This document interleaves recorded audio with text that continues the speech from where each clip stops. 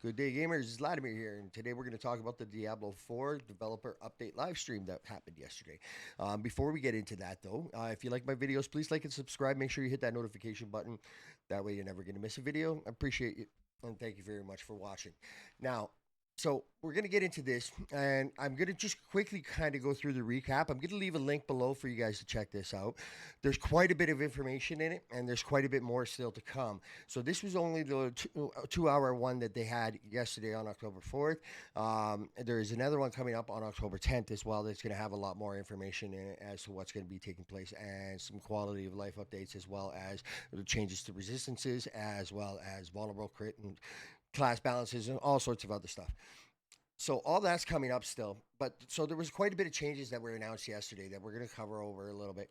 Um, one of the big changes or big things that has been announced is Diablo 4 is coming to Steam as well, starting October 17th as well. So you will be able to order and purchase Diablo 4 on Steam. Not 100% sure that's a good thing for them, but it's definitely going to give us some insight onto metrics, which is fantastic. So let's get into this a little bit here further down. So as I said, there's quite a bit that came out yesterday. So they're announcing for Season of Blood is going to have 5 new endgame bosses. Okay. The new boss fights are going to be unlocked based on succeeding different tasks across Sanctuary. So the part about this that I'm kind of iffy about is you're gonna have to go and farm more nightmare dungeons, more Helltide or whatever. There's a event that's included with the Season of Blood that's just like the Helltide. You're gonna have to farm mats out of that in order to even summon these bosses. The Duriel boss fight has significantly increased chance to drop Uber uniques, which is good. But again, this is a boss fight where you do need to farm materials in order to summon. So kind of like the Echo of Ashan. So now each boss does have the ability to drop uniques and unique cosmetics specific to the boss. So which does make it a great idea for farming, and it is nice to see some new bosses. However, it's going through the same dungeons, um, similar dungeons, anyways. There was stated that there is going to be some new dungeons, so we'll see what happens there, which is going to be fantastic. Um, But we'll cover season 2 more in a season 2 video. This is just more of what they've kind of talked about today. So now also end game activities. One thing that is kind of a big win for them that they are changing is the time between Legion events is going to be reduced to 25 minutes from 30, as well as the world boss fights is going to be reduced from 6 hours to 3 hours and 3.5 hours every time for them to spawn, which is fantastic. I agree with that. Um, that's a W right there. Now, golden experience rewards, they've been increased from Helltide chests, cashing in group favors, and completing individual whispers. There has been a huge gold bonus increased to the whisper turn in for the Tree of Whispers as well, they stated, which tails into something else, which we'll get down into about enchanting down the road. Um, the whisper caches and nightmare sigils that you collect that drop around the world, whatever the case may be, are now going to be always within 5 levels of the highest nightmare level dungeon that you've completed. Okay, so um, let's see here. Also, Helltide chests have specific icons now on the map to indicate their type. Whisper caches adhere to the item slot of the cache. So what was happening is some of the items coming out of the whisper chests were not exactly. So say for example you selected helms, you were getting boosts.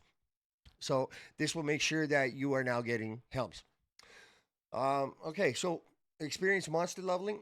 They decreased the time from to level up to 100, which is great. And they said this is increased about 40% faster. Killing monsters at 50 plus has been significantly increased as well, and rise steadily as you level. This is something that should have been done a long time ago. Apparently, so it is also now um, that monsters are going to, or experience is also now going to be multiplicative with all of your season blessings and scale basically a lot better with everything. So, which is great. That's fantastic because that grind to 100 was ridiculous. Um, okay, so prevent monsters from being less powerful as character level increases by making monsters in world tier 3 and 4 match the current player level at a minimum after level 55 and 75 respectively. So this increases the overall experience of leveling, apparently making it much smoother. I'm not 100% sure about that one. We'll see how that goes once it drops. Incense. So you know how you get the potions and you can add that potion on to get the experience buff. The incense now actually provide a bonus to experience as well as they persist through after death, which is fantastic because nobody ever used them unless it was a special thing. Because what's the point? So they now persist through death, which is great. Already talked about that. Nightmare dungeons. You can now teleport directly into the dungeon versus just outside the dungeon and then have to load in again, which is great. Let's see here. What else we got? Some dungeons have been had the objectives removed as well, so now it'll be literally directly go straight to a boss and fight, which is that I kind of like. You know, it kind of brings you back to the greater rifts and the rifts where you get enough and then you go straight to the boss. That's kind of fun. There's been some changes to affixes as well. Backstabbers, close monsters attacks from behind you cause you to become vulnerable now. Vulnerable damage is taken is increased by X amount of percent. Um, so it makes it a lot easier. It just doesn't one shot you. Monster critical resist. Monster attacks reduce the damage of your critical strikes by 3 seconds by percentage stacking up to 1. Death Pulse prevented death pulses on monsters that have explosions on death. Okay, so that won't combine anymore. And then Death Pulse from spawning repeatedly on top of each other. That's also not going to happen anymore. Lightning Storm has been changed as well. Being shocked while in Protection Dome grants a 35% bonus movement speed, which is great. And it only starts when players are in combat, and only starts if the Protection Dome caster has a direct path to the targeted player. So if there was stuff in the way that you can't get to it, it won't start. Drifting Shade has had the duration reduced from 5 seconds to 3 seconds, and respawn time has been increased by 2 seconds. So it's not going to spawn as often, which is great. So those are some changes that are definitely needed. Some of these were pretty nasty, and people did not like them, did not want them. Can't blame them. Some dungeons have been redesigned to reduce backtracking, which is great. Readability of traps. So visual appearances of certain things have been adjusted so that you can see them more. And CC has also been addressed apparently. They didn't get into full details about that, and I'm assuming that's going to come next week, but they did mention it. So CC is being addressed, which is great because that is something that is seriously a pain in the ass. Let's see. Paragon glyph experience has also been increased, which is great. Events, dungeon events are more worthwhile to do. So more experience, more rewards. NPCs should no longer be killed with one hit in world tiers 3 and 4. So I'm assuming that means like the ones where you got to keep them alive. The ones everybody always skip because they always die anyways, especially with the spiders. Fantastic. We got some item adjustments as well. So gems are now going to be a crafting material. I'm not really sure this is positive or negative yet. It is going to be a negative, or it is going to be a positive 100% for freeing up gem space or stash space in your bags and whatnot, not having to hold on to gems. That's fantastic. The way they explained it, though, said that you got to collect these essences or gem material, and then go to a jewel crafter and then craft the gem. So is it still going to be the 1-for-1, or is it going to be you're going to have to now farm multiple stuff in order to craft one gem? That's the question I have. They didn't really quite clarify that, so we'll see what happens with that. They changed some hardcore players. The scroll of escape will now automatically be consumed on disconnect or DC, which is great. Helps for all you hardcore fans out there. Reduce the chance of being locked into certain stats on a legendary item by reducing their overall enchanting cost.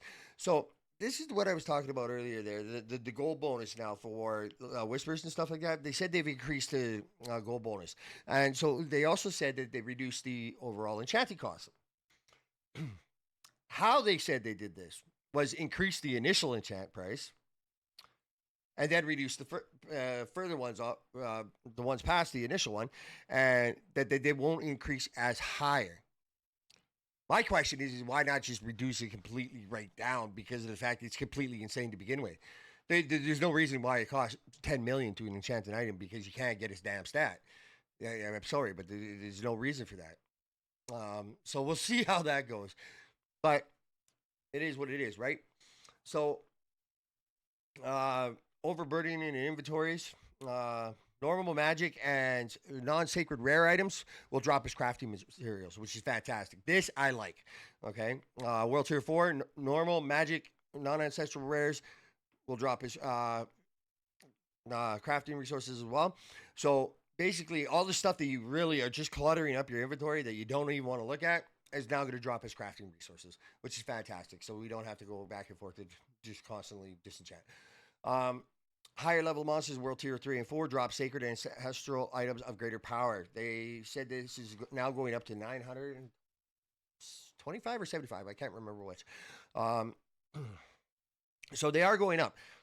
However, this is actually something that was said, and I'm not sure this is a good thing or not. So, yes, some things are going up.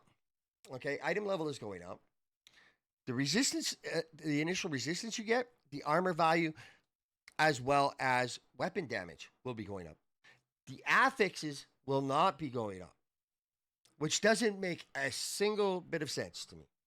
Um, it's more or less they're trying to give you maybe just a little bit more power, but not enough to really get powerful.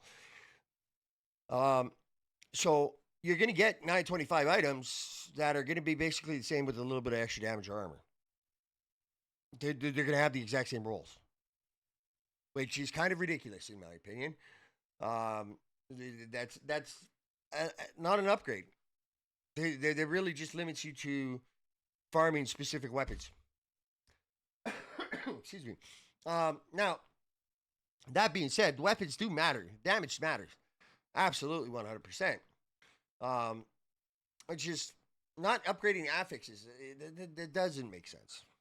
However, this is Blizzard we're talking about here, and we've seen Blizzard do a lot of things that doesn't make sense when it comes to Diablo 4. So, moving on. Higher level monsters in World Tiers 3 and 4 drop sacred and ancestral items of greater power potential, like I just said.